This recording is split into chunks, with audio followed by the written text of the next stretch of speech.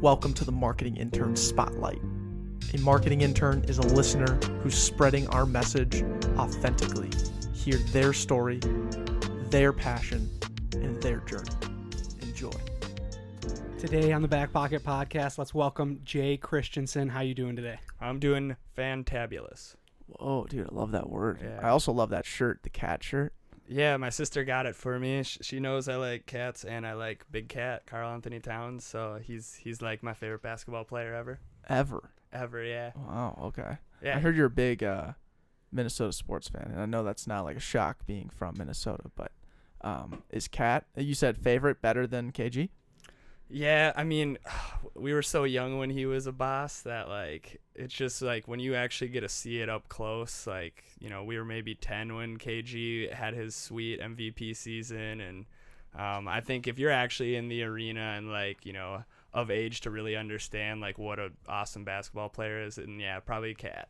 But I know he's got a lot to prove to get up to that KG level. Yeah, I'm from Chicago, and there's this photo of me when I'm very young, and I'm wearing a Latrell Sprewell jersey. I got to have my mom send me up that photo, but Latrell Sprewell, dude, he was a gangster. That guy was a baller.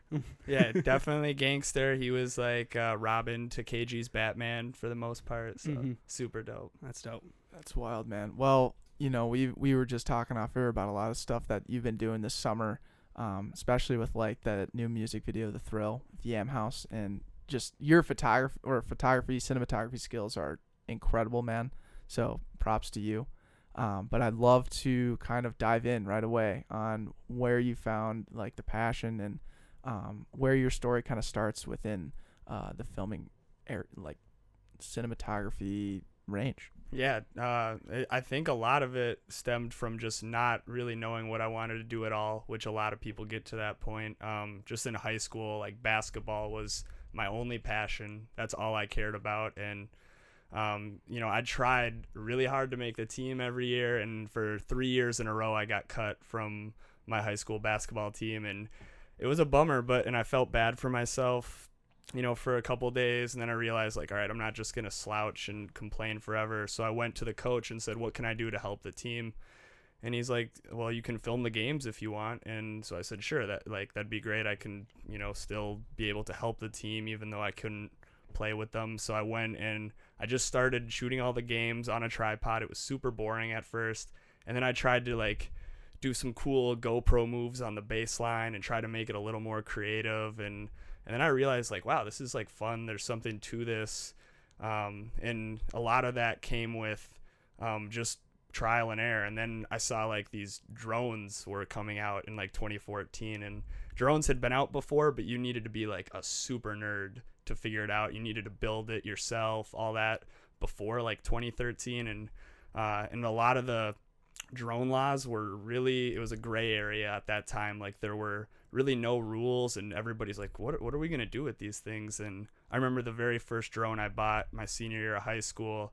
It was just a Phantom one, the original Phantom, and you just attached a GoPro to the bottom, and you couldn't see what it looked like up there. You just saw the drone, the GoPro was pointing, and you're like, I bet that's a decent shot. Like, no gimbal, no stabilizer, and so you'd get this shot, and it'd be the most shaky, windy shot ever, but you'd be like, that's a camera in the sky. Like, that's like kind of mind-blowing at the time. And so I went to University of Minnesota-Duluth, and that was a really awesome place to really learn drone work because there's so much free land out there and really figure out the handles. And when I was going to school, you know, UMD isn't really like the place to be for a film school. It's not necessarily like, you know, they have a few things in programs, but it's not necessarily like extensive. So while I was there, I really just tried to use the community and the resources that I could, because I'm not really that smart. Like, don't sell yourself yeah, short. Come on, now. man. Come on. No. Talking to two guys who are not smart at all. So yeah, come on now. Super seek. That makes me feel better. all right. But yeah, it was like I was realizing in college, I was like, you know, I'm getting maybe, you know, C grades, whatever. I'm slipping by, but I find myself really passionate in these few video classes I do have. And so what I wanted to do with that is, you know, use the multimedia hubs cameras, like, because that's, you know, you're paying tuition and you want to use your resources while you can, while they're free. and being able to use those cameras and find like talented snowboarders to go film, or maybe like a really talented musician, music videos. Just that environment at a university is something that I think a lot of people look and just say like, oh, I just need to be here to get this degree. But at UMD, I really realized like, wow, you can just make a lot of great creative products with these people you're there with. And while I was going to school, I knew I wasn't going to finish. I was the end of my sophomore year, and I was like, well, maybe my parents will be mad, give me shit. And like a lot of people, you know, this is not adequate. Like you're supposed to finish school, and everybody's pressured to do that. And in that last semester while I was there, I knew I wasn't going to finish because I wanted to pursue film. But I went and told all my professors, I was like, listen, I'm not going to finish. I don't care what my grade is, but I want to be here every day, and I want to use these awesome resources you guys have. So can I just work on my own projects? And they're like, yeah, it's your money. You do what you want. So I just like in class while everybody's doing like their thing, I really wanted to focus in on the drone work or being able to learn the cinematography. And so then, yeah, I stopped going to school at the end of my sophomore year, and coming back to the cities down here, I realized like if you're not going to be in school, you really need to start working and get on a level where maybe you're not getting paid all the time, but you need to continue your education. Because I think one thing I did want to stress here was like a lot of people need to realize there's some great opportunity in working for free. Not necessarily saying like, you know, you can't ever get paid, but it's the same reason why, you know, college football players, like why are they in those 4 years or 2 years or whatever, why are they putting all that work in? They're not getting any checks because they're trying to make themselves the best they can be in that small amount of time, so that when it comes to the appropriate time to get paid, you're at the highest level of your skill. And so right after I left college, it was all about working for free. Anything that needed to be filmed, any inquiry I got, I'll do it. I don't need pay. And sometimes you would get paid just because they were like, wow, you did a damn good job on it. And I really tried to get my hands on everything I could, because I know in Minnesota it's you know, 3 or 4 months of good filming season, and then the rest you're all inside and trying to stay warm. So I thought that it was important at all times, even if like, you know, there's no I'm not getting instantly gratified, or I'm not getting instantly paid money in my pockets. I'm learning a really awesome skill that could help develop into something great for the future. So once I got the thought of like getting paid out of my head, I saw a lot of progress, and a lot more relationships were made. And that was like the best thing I took out of not going to school. Because I think I would never tell anybody like, oh yeah, you should totally just drop out of school, like send it full send. And like, you know, if you know what you want to do, of course do that. But I think what I would tell, you know, students that are thinking maybe I should drop out, just use that tuition, use that school for what you want it customized to you. Like, you know, maybe it's not going to be going down their perfect route, but if you can find a way where you're still being productive and still efficient, like just make it what's going to be best for yourself. Dude, I freaking love that. That's a killer story. That's awesome, man. The first question that I had was, when you were in those classes where you're like practicing your drone skills, or those cinematography things that you wanted to learn within the class, what were the other students thinking? Like, did they also know that you weren't gonna be going to school anymore? I think they like would whisper in my ear. They'd be like, dude, like, what are you doing? You're just like outside flying drones while we're in here. And they're like, well, I asked the teacher and she said it was fine. And then it was interesting because one of the last couple weeks of the semester, I was actually asked by 2 different professors to teach seminars on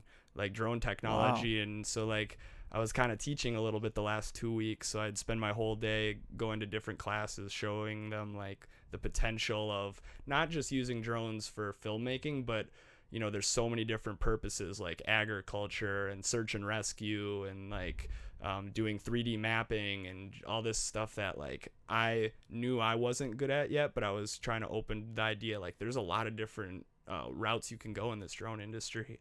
So yeah, that's insane, dude. That is super cool. And then on top of that, you know, you said you were not really worried about your parents giving you shit. What what kind of shit did your parents actually give you? Yeah, I mean, my dad's a high school teacher, so like he was definitely not about it right away. They were like, all right, you better figure it out. And, you know, they were nice enough to still let me live back at home for that first like 6 months. They were amazing about that. And then, you know, they realized, I think soon enough, they saw me every day in my room editing, and they were like, all right, he's doing something. So once you show them you're doing something, they're like, all right, that's cool. And I think being able to teach those classes at UMD, like with the drone, they thought that was cool too. Yeah. And then it was just that next year where I was going back into Minneapolis and working as a producer. It was then getting the opportunity to do some work with the Timberwolves. And that was something where, you know, I'm a diehard fan. I was like, all right, well, if you did all that other stuff for free, you better like showcase that you want to help them as an opportunity, just like an intern would. And so they were renovating the Target Center, and I met a producer and got to work with him there. And I ended up flying the drone and doing progress video and photo with the drone of the renovations. And they ended up making a really awesome full project that Mortensen did for their construction of it. And then after that, they started inviting me to come shoot games and come do like production day and all the promo videos. And now I've been able to work with the Timberwolves like on a regular basis, where I like look back at when I was not able to make my high school basketball team and was like, oh, that was so worth it. Like there was a long time where it really did hurt not to be able to play basketball anymore, but I'm still close to the game I love, and just being able to actually get paid for it. So yeah, man, you kind of got like a Michael Jordan story right there. Yeah. You're getting cut from your high school basketball team and skyrocketed. That's what they tell you is right when you get cut, they say Michael Jordan got cut from They his, do say that. But you know what? He got cut as a freshman trying out for varsity. He still made the junior varsity. Sure. So it's like, Yeah. Like any other freshman typically would. Actually, more freshmen would make just the freshman team. Right. Yeah. So, wow, that's silver lining that more parents might need to know. I don't know. That's About crazy. the Michael Jordan story? Yeah, Oh, yeah. I guess you could go that route. Sure. that's breaking news on this podcast. For you. Did you know that? Yes. Oh, I had no Yeah. idea. My mom was telling me, I think I got cut from like, maybe it wasn't even getting cut. It was more like you tried out for the high team and made the low team type thing. My mom would tell me that all the time. And I was like, oh man, I guess, yeah, it is a good point, Mom. You know, it's hard to argue with that one. Yeah, man. Yeah. Sure. Six rings, man. You can't argue with 6 rings. Yeah, that's literally what my mom would say. She'd be like, dude, MJ, 6 rings, where are you at, Deck? Yeah. It was tough. So you're taking all these free gigs, which is awesome. I think that's incredible. Like I'm trying to do that in what I'm doing right now with digital marketing, and just trying to like take on local clients and work my craft with them. Walk me through like the first stages of you trying to reach out to clients and building that reputation when you don't have the credibility of any really film work or anything. What was that like? Yeah, no college degree, not much credibility at all. Like, but I think being able to, utilizing Instagram as like a tool for your resume is something that I think I had to really focus on. And, video and photography, it's pretty easy to use that as a resume, but I wouldn't want, listeners out there to think you can only use that as a resume for those specific things. Like maybe you're amazing at doing woodwork. Like that's a great place to post your work. Maybe you're a talented musician. Like I think if you can understand that, it's not like LinkedIn. It's not as professional. It's a little more creative, a little more like visual, but I think I really realized that if you use Instagram as this resume, it's free advertising essentially. Make sure you stay somewhat, professional, but also showcase like your attributes. But it wasn't easy right away, because like you're coming from just like a few projects that they're like, it got my attention. But I think it was the, realization that now you needed to actually buy equipment, because I've been able to work on projects, but at that point, I'm nothing unless I own like my own equipment, because that really is a commodity to being able to move up in that. And so at that point, it's like, well, you've been working for free. How do you turn into monetizing? And that was a tricky process, because I'm very minimal business minded. Like I I really, really wish, like, you know, when I was in school, I was listening more in, you know, my economics class and understanding that. But I think all I had to do was bank on, all right, you're only good at this one thing, like just really hone in on every day, just being able to keep working. And then all of a sudden a few more paying jobs come in.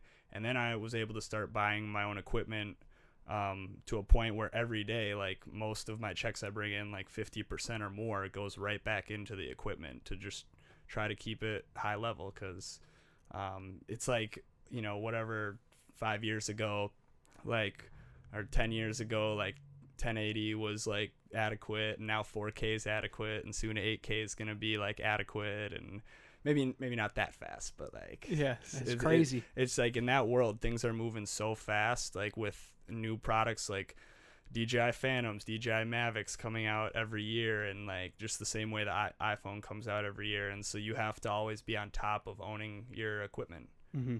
Yeah. That's crazy, dude. The progression of, you know, I guess my knowledge in film is very limited, but even like when you were explaining the first DJI Phantom, like how ridiculous that was. And even like looking at the first GoPro is like, just, you can't even believe it. These, like the Hero, what are we on, 7 now? This Hero 7 with the built-in stabilizer, like in the gimbal within it, it's absolutely insane. And the amount of, the type of footage you're able to capture is just so cool, dude.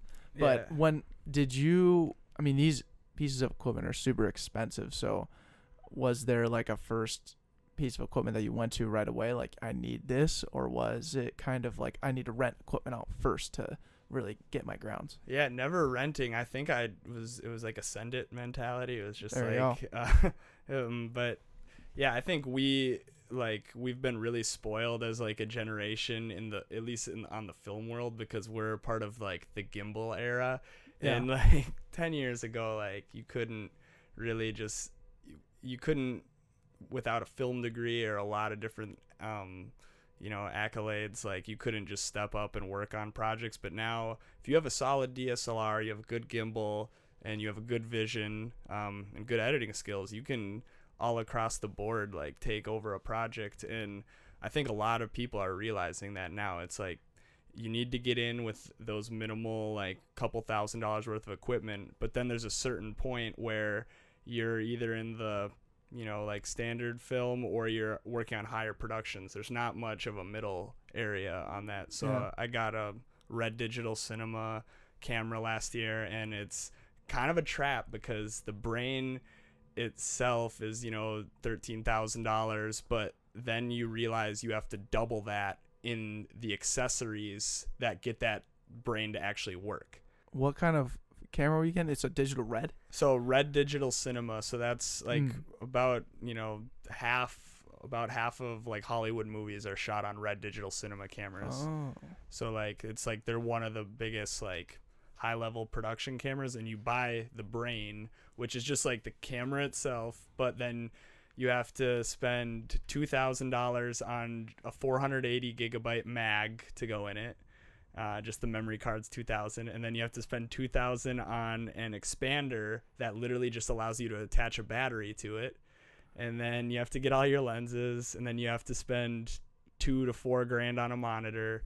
And so it's a trap. Like they get you like, oh, it's only this much for a Red, I can get it, and then you end up paying like twice that amount to get it fully operational. And the goal this year, and what we've just been getting into starting this summer, is flying the Red Cam with an Alta 8 drone.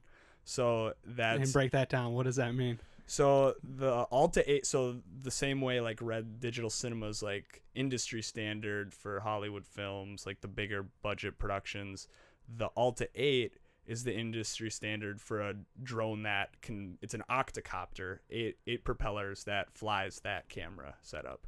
So that was the purchase I made just this spring, and then I got it fully. It still like was the point where I bought it, and then I was like, oh man, I have to get like way more accessories for it. So I had to wait till it was fully operational, just until about 6 weeks ago was the first time it's been able to be used on a shoot. We actually had it on the Thrill. We were using it on the Thrill, but at that time it didn't have like a few key accessories to make it as like good and stable and perfect as it could be. So we use it. We got some good shots out of it there, but it wasn't fully functional till just now, and we're marketing it to a lot of different higher level films. We put a bid in for a Netflix original film, which will be next spring, so it's going to take a while, but it'll be really cool if we can land something of that nature. And we would strictly be doing the aerial work, so we'd probably all day be just standing around, and just for that 20 minutes or 30 minutes that day where they need to do the drone shots is when you step in, and then it's high pressure scenario for a little bit. You're flying like $70,000 in the air at once, and but dude, what? It's definitely something you really got to like. There was like a maturity level that I just didn't have like a year ago, and I've really had to this whole year work on making sure I'm professional. I'm thinking about everything, making sure that the payload's safe, and having a team to do that is really what it's gonna take. And I haven't had that team yet. I've had a business partner that I'm not working with anymore that I thought was gonna fill in there, but now I'm working with different producers at our studio in Northeast that they work on like Kia commercials, and they do Sea-Doo and Polaris commercials. And so I've been able to move in with them as of April, and they've been, giving me great like learning experience, like an extended college, like a grad school almost, if you will. So meeting them was huge, and like that was imperative to like helping me run the business, because I don't know how to do that aspect, and being able to have now a team I can work on films with is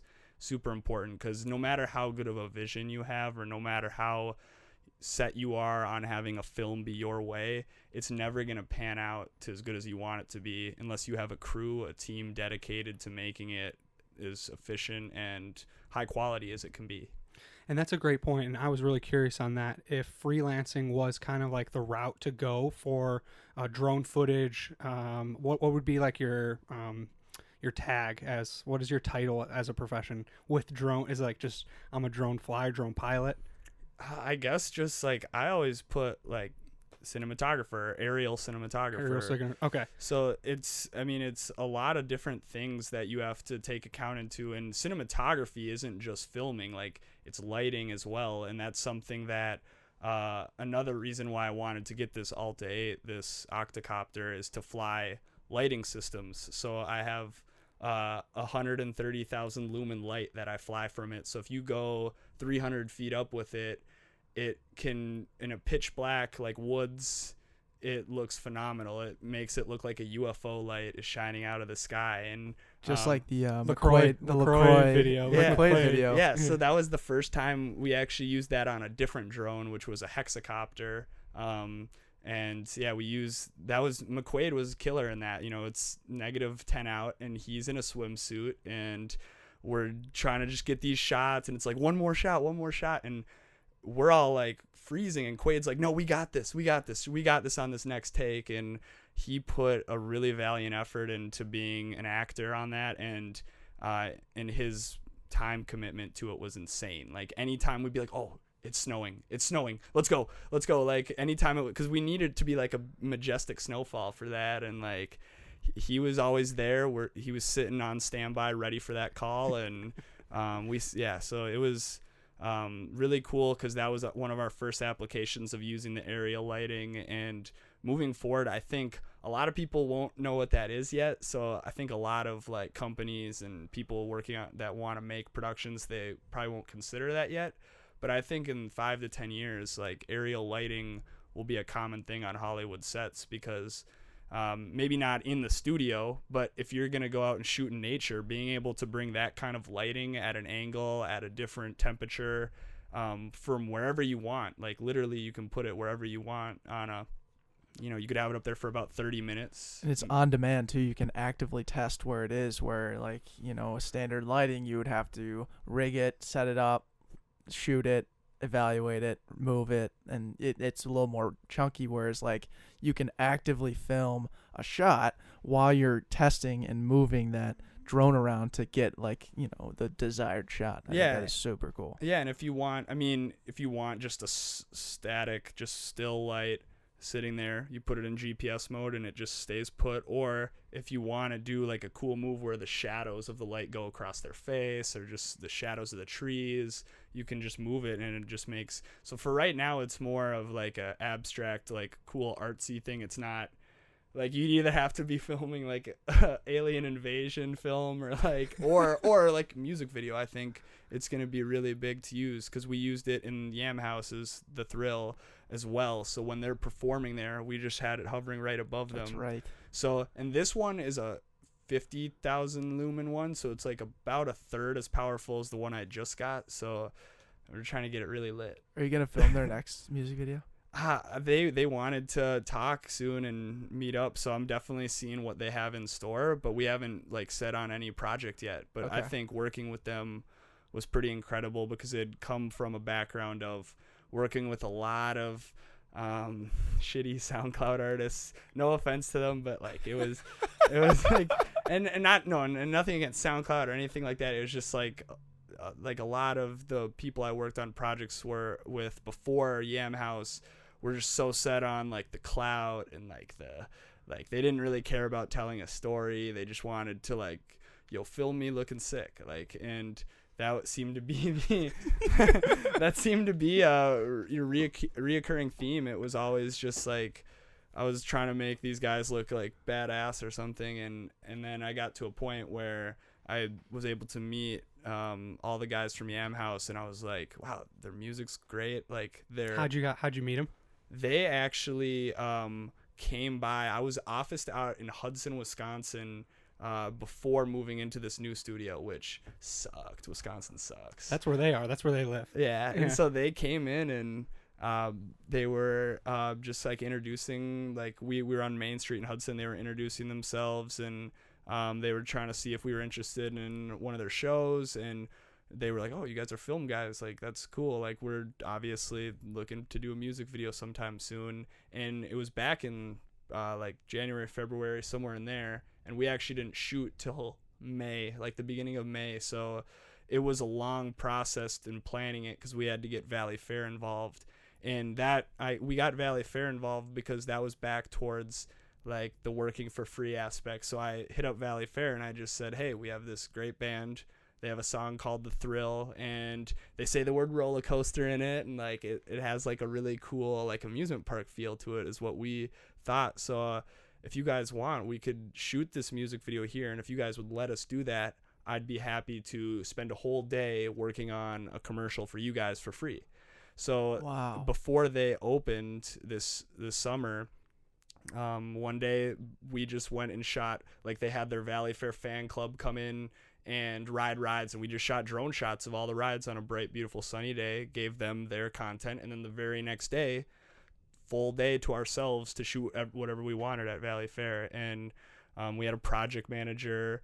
Kelsey from Valley Fair was incredible because she, devoted all her time to getting all the ride coordinators together. And it sucked because the power tower wasn't working, and that was actually like a really important scene I had, because with the power tower going up, you could get the drone going perfectly at that speed, and having them do their performance scenes, and then all of a sudden, just at the end of the song, it's gone before you know it, and they just drop out of. That would have now been he so can- sick. Instead, he's dropping cotton candy, I think. Yeah, he's dropping in, so Yeah. power tower, cotton candy, whatever. But it was a bummer because the morning of, like, we're realizing, oh man, the power tower is under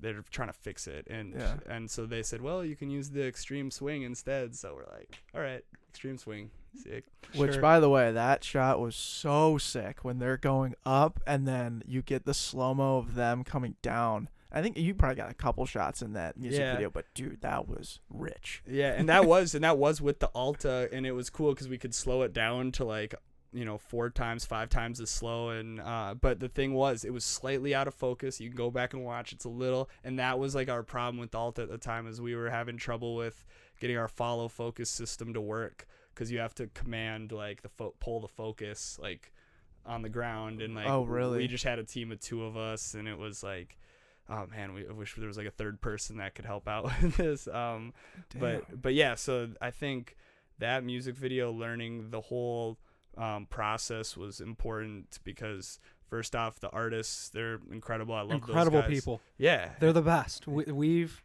had the pleasure of getting to know them, and it's been over a year now of knowing those guys and working with them twice now. One in our backyard for a Halloween party, and then a second time at On the boat. At Bochella on the boat. They're killer.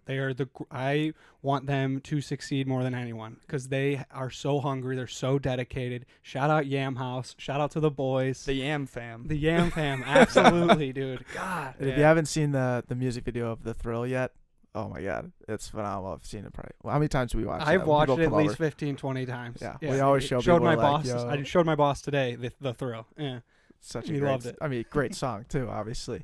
One of my favorite parts in that, which I mean has nothing to do with cinematography, but at the very beginning when Seth is singing, like this dude Seth can't handle being on camera. It's so obvious. When he's like smiling, I can't remember. He like smiles right at the end of the shot, and then you clip like right to the next part. I'm trying to remember when or what he was saying. He was sitting in the roller coaster car, and it was his speaking part. Yeah, and he's just like got a weird smile. It was priceless. You know what we're talking about? Yeah. It's so goddamn funny.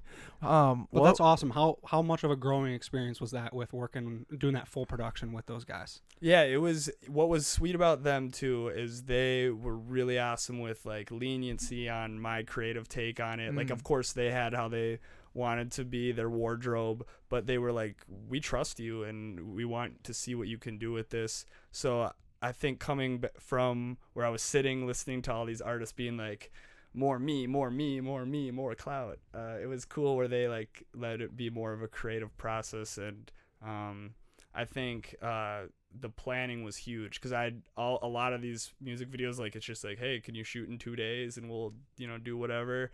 But being able to like a month and a half ahead of time be like writing a schedule for our rides at Valley Fair and all that was cool to see how it really does turn out to be a better project if you give yourself that room for error.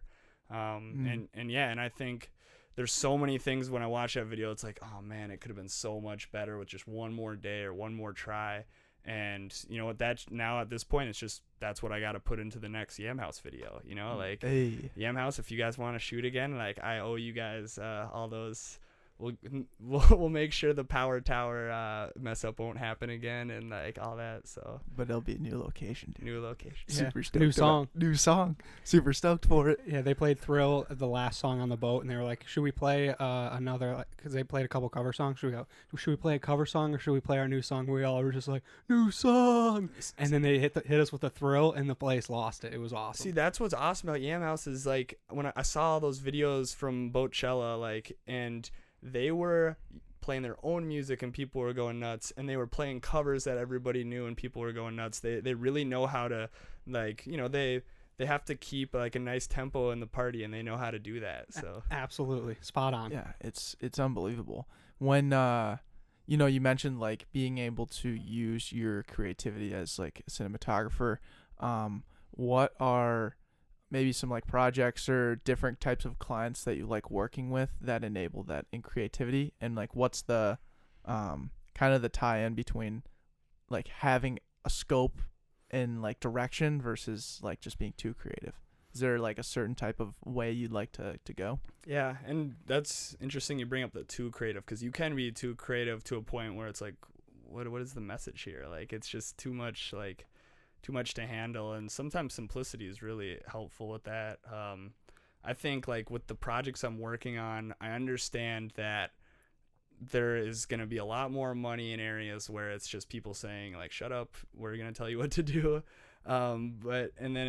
Unfortunately, the ones where you can really put in your intake, and that ones aren't really good paying jobs, but I like to have a variety of working on different jobs. I don't want to constrict myself to one specific thing, like, and get, I think you should always have variety with what you shoot, unless you are like, if you're the best wedding videographer out there, you should stick with that, because those are high paying. Like wedding videos like pay you high, and I did like 50 weddings when I was in college, and it was great pay, but I was like, oh man, I don't know if I could stay doing this, because like there's a few bridezillas in there that like they love the video, but like there'd be like something wrong with like, oh, like I don't like how my like my butt looks in that shot, or like I don't like how like Uncle Jim shouldn't be in that shot, like can you delete that? It's like, well, you never told me I couldn't shoot Uncle Jim.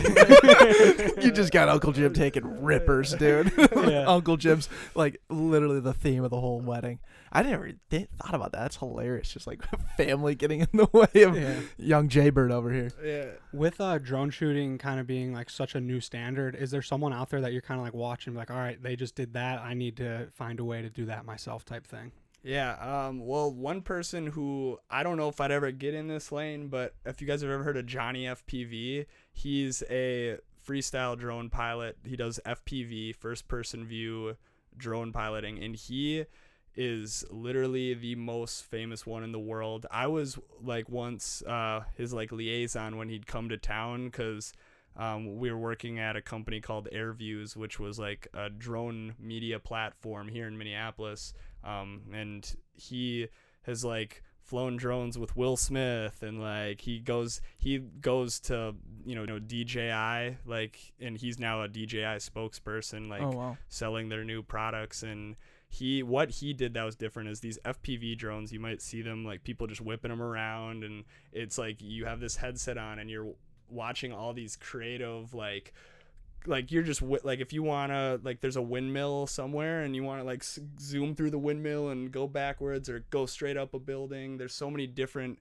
moves you can do. But the problem was everybody was too into like the wildness of it, where he saw the cinematography side and he's like, if I put like a decent camera on this thing and start doing moves that are a little more appropriate for commercial work, he does, and he's killed it. And that's somebody that there's nobody that's even like a tier below him, because that's such a new thing, like the FPV drones. So props to him, because he's a year younger than me, and holy smokes, yeah, he's young, and he has just been traveling the world, like, and these celebrities want to meet him. Like Will Smith was like, I want this kid to fly a drone with me, like let's like do it. And all of a sudden, like, Will Smith is like, this kid is like the shit. And I can't think of anybody else besides Will Smith right now, but there are a lot of celebrities he's flown. Casey Neistat? Maybe I'll have to look into it. Yeah.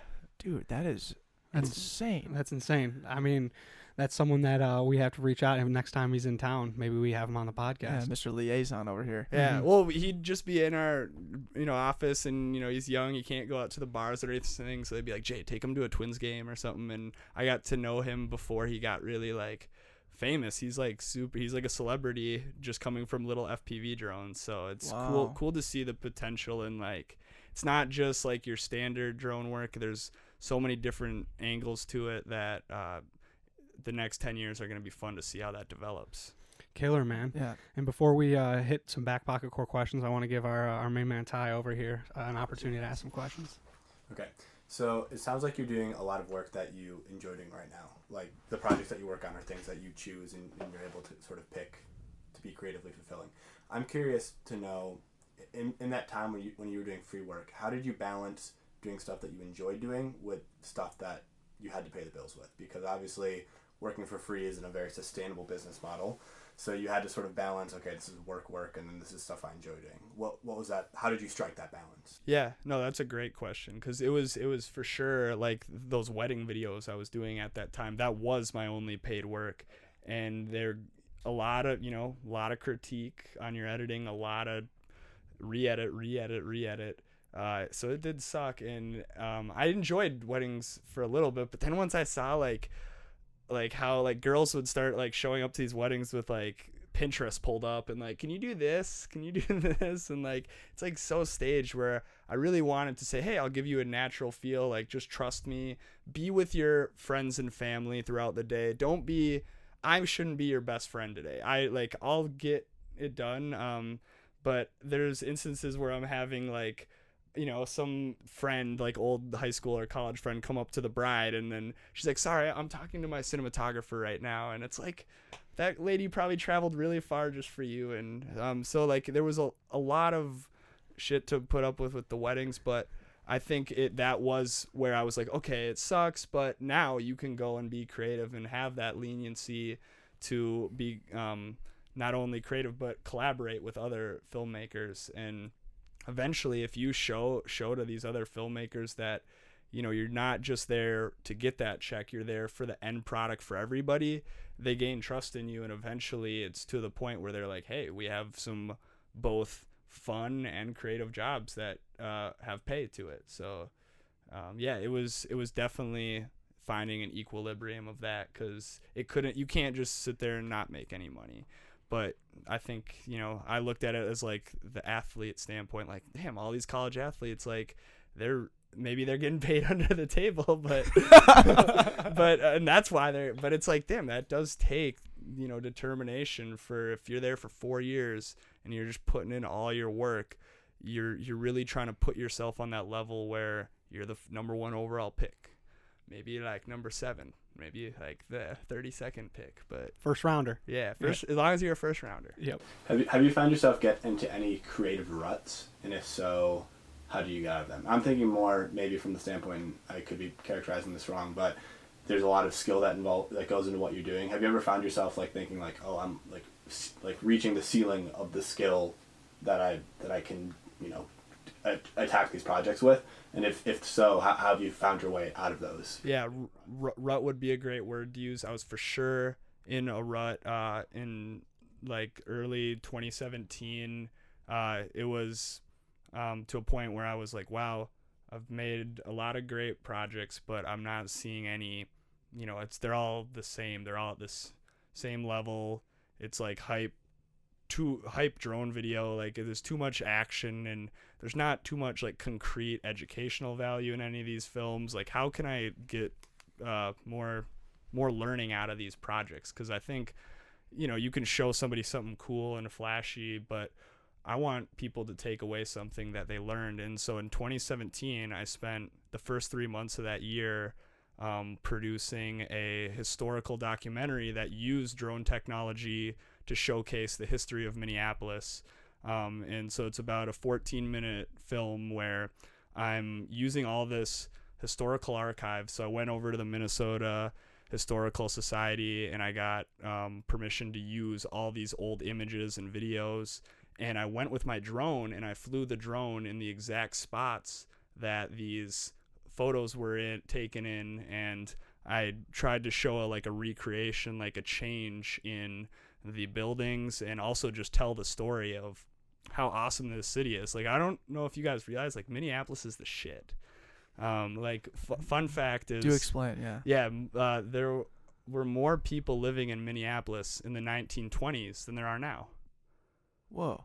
Yeah, and like at one point, you know, Minneapolis with its huge flour mills and all of the production coming out of here, it was feeding the entire world. Like, it was the largest flour mill city in anywhere in the U.S. and anywhere in the world. So like people all across the U.S. are eating just because of here. Like General Mills, Pillsbury, like those companies like were like at the turning of the 19th to 20th century, like we were on top of the world. But in the late 1950s, all these great buildings were being demolished. Like 40% of downtown Minneapolis was demolished in the early 1960s because of urban renewal. Like people were like, oh, these buildings are old and there's no like... Really? Yeah, and like one building in particular, if you guys really want to see some dope shit, look up the Metropolitan Building in Minneapolis. It was this 12-story castle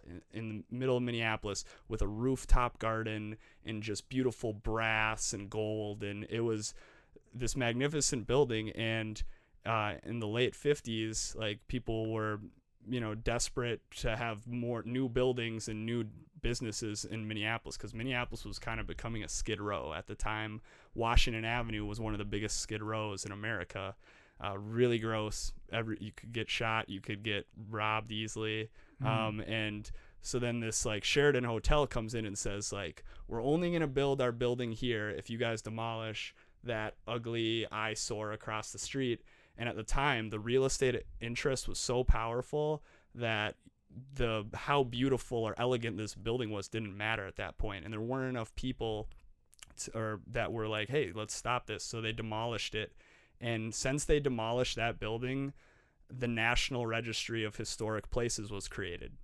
because Whoa. they realize like, wow, that was a really dope building, and we don't want this to happen again. And there are cases where these buildings are old, they're breaking down, there's nobody tenants in them, so there's realistic cause to tear down a building. But never again should there be a situation where you're just tearing down beauty that'll never be recreated. And that Sheraton Hotel, like 10 years later, was demolished. So like, it's pretty crazy to see like a lot of different things happen in Minneapolis's history. And I wish in high school, like they told us a few of these things, because if you can figure out your like close, tangible history, then you'll be more inclined to learn like the bigger picture stuff. So I wanted to make that project just to showcase to people like this is a beautiful place. First off, I'm never leaving here. I'm gonna live here my whole life. It's like, why would you ever leave Minneapolis? Like, Dude, I love this right now. All right, because you got a guy from Wisconsin, a guy from Illinois, and a guy from Denver, Colorado. So we're trying to dominate the sandbox with the sandbox being the Twin Cities. So I'm gonna go out on a limb right now and bring in our fourth hire for the back pocket. And do you want to be the speaking of liaisons? Do you want to be our Minnesota liaison whenever we need to check facts or just get stay in tune with what's going on here in the Twin Cities? We can just give you a ring. absolutely. You're like the pulse. Yeah, you're the pulse. I love that, man. That's incredible. That's incredible. I was just like, please keep talking. This is amazing. This is like an audio book and it's live, and this is my podcast. And please don't ever say you're not smart again, because that was freaking through the roof. Great storytelling, well put together. I was incredible. Well done, dude. One question: the spoon in the Walker question. Park? Yeah, cherry and spoon. Yeah. Can we get a little backstory on that? Do you know anything about that thing? That thing's lame. Like it was. All right. It was just put there because they're like, it looks cool. Like they didn't have it. There was no purpose. It was just abstract art.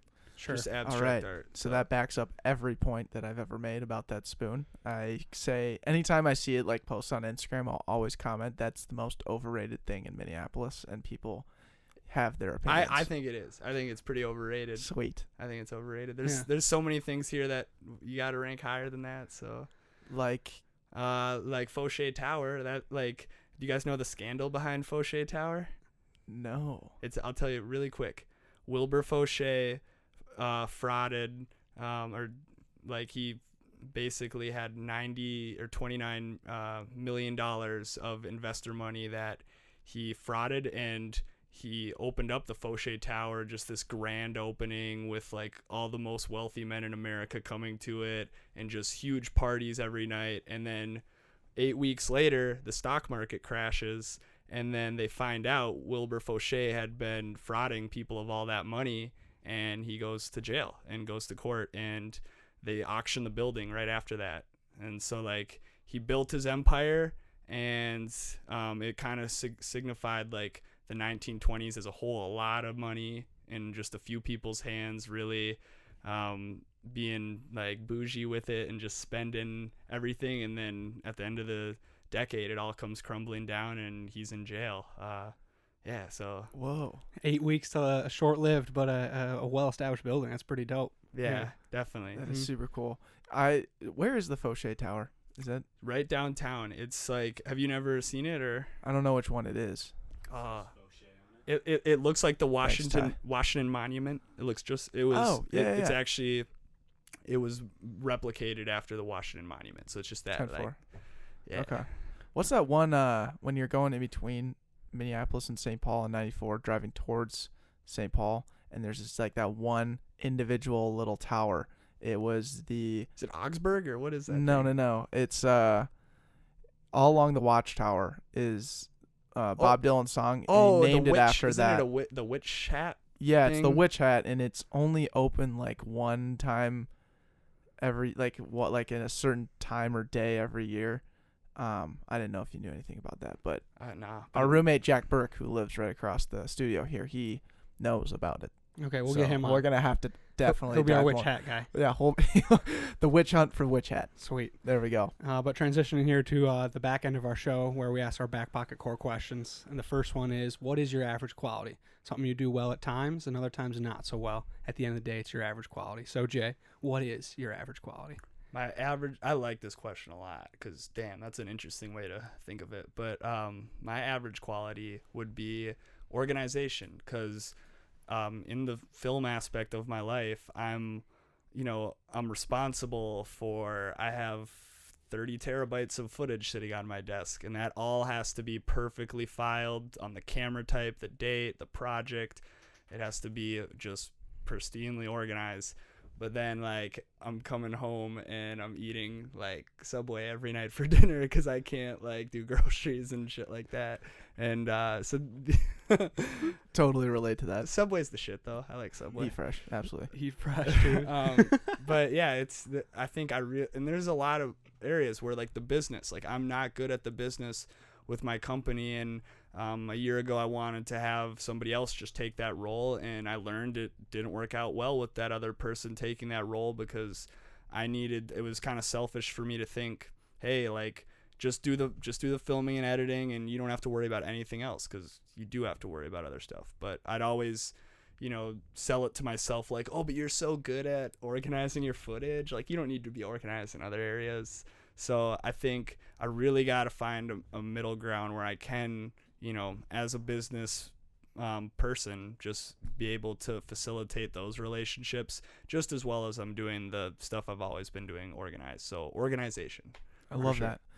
It all comes down to just like that one thing or maybe a realm like that organization that really keeps you humble, like trying to come back and always be organized. Like when you made the mistake of just like letting someone else take over the business side of your business, like that hurt, right? But at the end of the day, like that's a great learning experience for you to understand I can be better in this certain area, which is why I love the average quality, because when we ask that question, like a lot of times it ends up being something that like can be a strength someday. Like, Jay, you will be a good business owner. Like someday there will be a time where you're going to find the next 22-year-old kid who's going to be much better at filming drone footage than you are, right?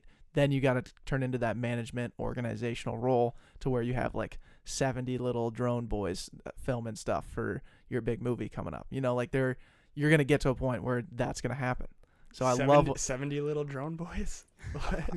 Seven, dude. Yeah. I don't know. I like to over-exaggerate things. Yeah, but with that being said, it's like you're putting that intention now to fix some things that you see a little flawed, and you're ready to get better at it to only increase what you're doing right now. And I think that's the coolest thing. So organization is your average quality. The next question is, what's in your back pocket?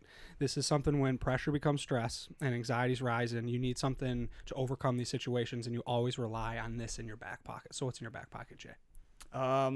Man, I'd say with a job and a lifestyle where you are constantly looking at screens nonstop, it really truly is about doing something like longboarding or playing frisbee, or like getting fresh air is huge. I never thought it'd be like a hard thing to do at this point in my life, but it really is, because if I'm not editing or looking at a camera screen, I'm facilitating relationships with clients on the phone, and it's to a point where it's like, when is it too much? So I think it's really important for me to always go out and do something that is like playing basketball with the boys, or like, just longboarding is probably my number one, because you only need one person to do it. I've tried frisbee one person too, and you need a little bit of wind to like throw it up and like boomerang kind of, but yeah, it's kind of like you look like a weirdo when you're playing frisbee by yourself. So Yeah, you're playing with Mother Nature, Jay. Come on now. Yeah. She's tossing right back. Are you familiar with Ivy brand? They're in the Northeast. They create longboards. Steve Weigel. I never heard of him, but I'm a longboard connoisseur for sure. All right, we'll pass you along his information, because you're gonna love this guy and his company. Yeah, he handcrafts longboards, and he's been doing it for a while. But he's got a promo code for Backpocket 20 for a little deal on a handcrafted longboard for you. So okay, they're very cool, very very cool. But yeah, dude, that is, I love the idea of like fresh air and just kind of in the moment, because like when you go out to do those things, like get that fresh air, you're not filming yourself doing these things, right? I would assume. No. Okay, got it. So I was gonna ask you, like, that's a good time to escape the screen a little bit, but do you find times where like you see a cool moment, or you're like out walking, you're like, dude, this would be a sick shot, and you Too want to go in often. too often. Yeah, I find myself in those situations all the time. But do you find like the times where, or the times where you're not filming but still in the moment, like are those just equally as fulfilling, or how do you feel about like balancing that? I guess because you're a filmer. Yeah, it's like, especially too, like even just if I'm taking like a Snapchat video on my phone or Instagram video, it's like, oh man, you should just like enjoy this like as it is, like, but my mind's always like, oh, this is a perfect frame, and like, oh man, I just need to capture this. I think one application too, like where I'd really like to see like the world be like this, but like at concerts, like putting down phones at concerts would be sweet. I went to a Kid Cudi concert in 2011 at the Target Center, and like that was before like people were posting on Instagram all the time, and it was so sweet. It was just Kid Cudi up there, and I don't have any photos or videos from it because I wasn't doing that, but it was like the best concert I've ever been to. And now you're kind of just like, oh man, like so many people are filming, and like it's like, are we even gonna watch these videos later? And That's a great point. like, I mean, yeah, I think, and when you see your favorite artist, you gotta throw it up for one, but there should be like a one and done rule. Like, just get one film for one song and then put it away for the rest or something. Like one and done, because you get, best of both worlds. But yeah, I think, sorry if I'm going off a little test. I just really like, that's one thing I would like to change in the world is like, there's so much screen time, and like if just concerts can go back to like how concerts were in the 90s or early 2000s, that'd be pretty dope. Yeah, it gets pretty brutal and old seeing everyone on their phones lifting it up. I mean, but then we do it too. And then we do it too. Yeah, Exactly. it's like that guy in front of me, but oh man. Yeah, man. Now I'm filming him doing it. Well, it's a circle. It's a freaking circle. Mhm. I would say though, I like the one and done thing, because do we really go back and look at the 20 that we took? No, but is it amazing when like Snapchat or Facebook or Instagram reminds you like this happened like 2 years ago? Hell yeah. This happened 3 years ago. The memories, dude, the memories on Snapchat's amazing. It's amazing. Like that's an awesome part about being able to capture everything, but like it's not going to go back and give you every single moment, So Yeah. I love it, dude. I freaking love it. But transitioning, so we've been asking you in phenomenal questions. Before we get to that one, Oh yeah. we want to get challenged here, and we had Cole Ayersman on the podcast who challenged us to have you on the show, which is awesome. Correct? Yeah.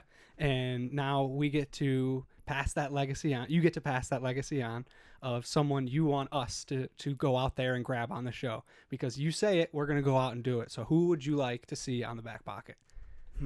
I gotta decide right now on the spot. If first person comes to your mind, sure. And if you think of other people later, we're more than happy to take on others. Okay, I have one. I don't know if he's super busy this time of year, so I don't know when he'd be able to do it. But I'd have to go Anthony Jaska, who is a producer at the studio I have been not living with, but I've been working with. You're them. basically living there. I am basically living there. I'm there like 22 hours of the day, but. Yeah, he's been teaching me all of the high level stuff that I would have had to go to film school to know, and it's like insane to see how much time he's been able to not only work on his stuff but give me a hand as well and put me in the right direction. And he's always working on big projects, like, so he actually just shot a Michelob Golden commercial with The Thrill. Yam Haus was the song, and they were in that commercial. So that's right. It's on. Yeah. Remember they reached out to a bunch of people and said, "Can you come to this day to shoot?" That was for him. Okay. Yeah. Anthony is amazing producer and filmmaker, and he has a lot of crazy goals that I just like look up to him, and I'm like, wow, this guy like really has it figured out. And he worked on that commercial with Yam Haus, and it was cool because it was like a full circle where Yam Haus and me and him all worked on projects together. And he just bought a moto crane arm car, so he's got a car with a crane on top of it that you attach the red cam to, and so that's how he's able to film the Kia commercials and do a lot. So he's doing some pretty sweet stuff, not on the drone side, but basically everything besides drone, that's him, and that's where I'm learning from. So Wow. and Anthony, if you don't want to be on, that's cool, but whatever. No, he's gonna be excited. I think I got a feeling he's gonna be excited. Yeah, absolutely. Have you? I mean, I know you're in like the film space. Have you heard of Ben and Sam Brodsky before? Yeah. I just saw that they were on here. Never met them, but I've looked at a lot of their work, and it's pretty crazy because there's a tandem between them that is you can't find very often. Dude, yeah, it's incredible. You just like your experience and all the knowledge that you've been spitting today, like remind me a lot of the Brodskis, just with what they're just trying to do and currently doing too, man. It's freaking cool. But anyways, I should have asked the challenge question. Now I'm asking the question, and I'm also just gonna congratulate all 4 of us on a great podcast. So good work, gentlemen. Sick. Absolutely, dude. Not one and done on this podcast, dude. We're here for years, so that's great. Do you have any questions for us? Yes. So the main question, I thought of this like right when we started talking is, you guys are obviously good spokesmen and you guys know how to facilitate a conversation. Did that stem from you guys doing a lot of this in high school or doing speech classes in college, or what did you guys start with to be able to have a conversation that gets so multidimensional? Like, I think it's a good dual aspect between Declan and I. Like I feel really confident about things, and I can articulate those points very well when I'm like confident with that topic, but it's like a small limited window. And Declan is very knowledgeable and completely in a different area than I am, so it helps.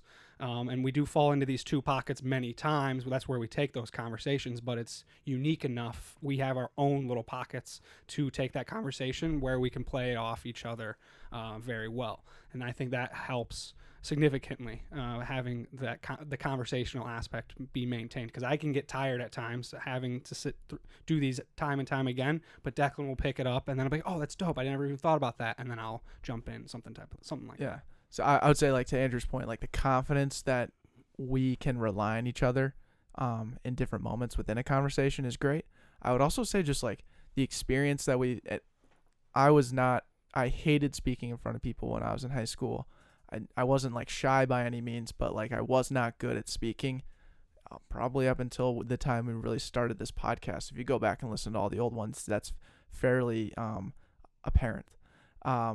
But through doing this and being very excited about like understanding what makes a good podcast is, like you said, like multidimensional good conversation. And what is at the root of that is listening.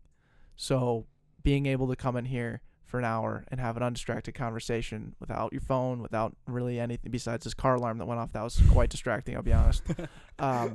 But being able to just sit down and listen to someone's story and like really, really focus on that one thing has helped me articulate my own thoughts a little bit more. And I think that's one part that I really, really appreciate about the podcast. Yeah, space. I'm like going through it. I'm like, are these guys like English majors? Are they good at freestyle rapping? Or like, are they like it's a lot of the questions you guys asked me I've been asked before, but the way you guys like have been able to dive into them is like stuff I haven't even thought about before. So it's like open me up to a lot of new stuff as well. It's therapy session. I mean, let's not get this construed. You know, this is what this is all about. You know, it's intervention. It's undercover therapy. I mean, you could sit horizontally and really if kick you your want, feet up if you want to. but this is your time. Yeah. Hell yeah. Yeah. I think if you guys have already done 50 or how many is this? 50? About 210. 210? Yeah. I thought you said 50. We've done 50 specific ones on our listeners. So we do a Monday show, which is so you've had 50 with a guest, right? Monday shows are with guests our format's fucked up. It's hard to explain. Monday is like it's someone that's kind of like a heavy hitter. We like to call it a heavy hitter. It falls in definitely different variations. And then Tuesday is someone that listens to our show. We bring them on. So that's 2 guests now a week. And then on Thursday, we bring us 3 into the studio and just riff it and call it the Back End Show. So we release 3 podcasts a week. Hell yeah, that's pretty complex. Like I guess if you guys are already at this point where it's just the numbers are stacking up, I think that it's it's a dynamic duo between you guys for sure. And like, Ty, don't sleep on Ty over here. I meant like about every single. Yeah. No. But appreciate that compliment, man. That means a lot. Yeah. It's wild. I mean, I did speech class and I was like, oh, dude, this sucks. Like, how do you like get? Because I know how you can like, if you really needed to do a speech, you can do it. But it's like, is that all like coded to be perfect? Like, where I think you guys get into the area where it's less perfect and it's more real. So Yeah. That's A what we little more try. authentic, I Yeah, guess. because if it's too like suit and tie, then it's not very fun for us. So we do what we want, and that's what's fun. And our guests seem to have a fun time too. Yeah. Hell yeah. I would say though, to your point, I mean, you're a great speaker too. When we asked you about your story, like most people will run through that and miss certain parts or this, but you were very dialed in right away in terms of how you presented your story. Is very logical. It's easy to follow for like guys who want to listen to it. Like we were just like, oh yeah, dude. I was eating There it you up. go. That first Eating it 15 up. minutes when you went down your bath, I was like, this is awesome. I love when our guest takes the longest time to go through their story and go through every little detail, because then it's like, this podcast is a breeze. Now I know all these things that I can talk about, because it's hard to do our research on someone in our shoes, because we don't have New York Times articles about us and Wikipedia pages where you can just go do these awesome researches and then ask these incredible questions. We don't have that opportunity. So thanks for going in depth like you did. Yeah. hell yeah. Mhm. The only thing I was telling myself on the way over here is like, all right, just don't sound too much like a history nerd. Like, But dude, that's like all we want now. Yeah. That's Andrew signed you up as the history liaison within Yeah. Twins. Within the back pocket. dominate the sandbox. There you Amen. go, dude. Exactly. But this brings us to our final question. You guys good? Awesome. I'm great, dude. Final question here, Jay. What did you learn today from the moment that you woke up to when we're having this conversation? Let's see here. Oh man, that is a really hard one. I guess, does it have to be from when I woke up, or could it just be during the conversation? Absolutely. This counts during the day. All right, I didn't learn anything earlier today. I learned stuff now. I learned because I'd seen, for instance, I've seen your guys' podcast a lot, especially when you asked me to come on. I watched it a really good amount, and I have never listened to a podcast before that ever. Really? So, because like one thing with my job, I always have to have a good sense for music. So like I'm constantly like in the car when people would usually listen to podcasts, or when working out or whatever, I'm always listening to music because I want to be up to par with, knowing what's good cinema quality music, or, sometimes just recreational listening. But I always try to push it to be, something that I'm educating myself on what's applicable music for different projects. But now I've learned, like, there is a lot to podcasts that I never thought of and I looked over completely. So I now am not going to be listening to any more music, and I'm going to be obviously tuning into everything you guys do, plus expanding, like, whoever you guys think does great podcasts, I'd love to hear it, because I think now there's so much to it that I was just like, meh. But like now it's real. It's for sure real. We'll hit you up with a laundry list of podcasts. We listen. You guys do your homework? We do our homework. We binge Okay. podcasts, and so does Ty. So we got a bunch for you for And- sure. and And, ev- Ty's. Don't sleep on Ty's. Yeah, on and podcasts. everybody's always saying like, oh, these podcasts are amazing. And I'm just kind of looking over like, oh, like I guess, like, but I feel like that takes a lot of time, and it's something you really have to focus into, and I'm not that great at focusing. So I think I overlooked what is a really awesome medium. Like, I think this is a really awesome medium. And now it's up to me to do the homework, I feel like. There you go. Hell yeah. Here's a little homework for the listeners that are tuning into your podcast today. Just like you listened to our podcast for the first time not too long ago, you have listeners on this podcast right now tuning in at the hour mark. What kind of podcast would you tune them into from ours that you've listened to? I would definitely do the Broadskis, because I think it's probably somewhat similar to mine a little bit. Mm-hmm. Like, they're filmmakers, but I think what they have understood is what I can see, that they're more technically bound filmmakers. Like, they know the technical aspects, where I'm every day still learning a lot of the technical stuff, and have just been lucky with like the drones and gimbals, like, but I look at their work and it's like, man, there's some complexity to that. It's not just two guys like whipping together a video. It's two guys like creating a huge concrete project. So I think that one would be my recommendation for sure. Right, yeah. Right on. Love dude. that, man. And is it still Twin Week? It's, it's no we're longer- recording during Twin We're Week. recording during Twin Week, but you'll be released post Twin Week. Okay, cool. Yep. Twin Week. Awesome, man. Well, that's a wrap on the Back Pocket. Thank you so much. Hell yeah, thank you guys. You guys were killer.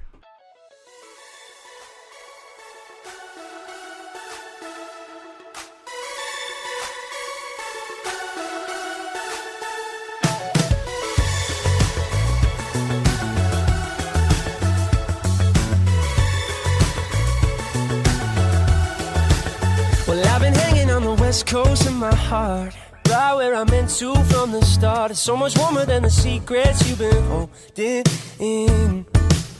And don't you look at me sideways with those eyes.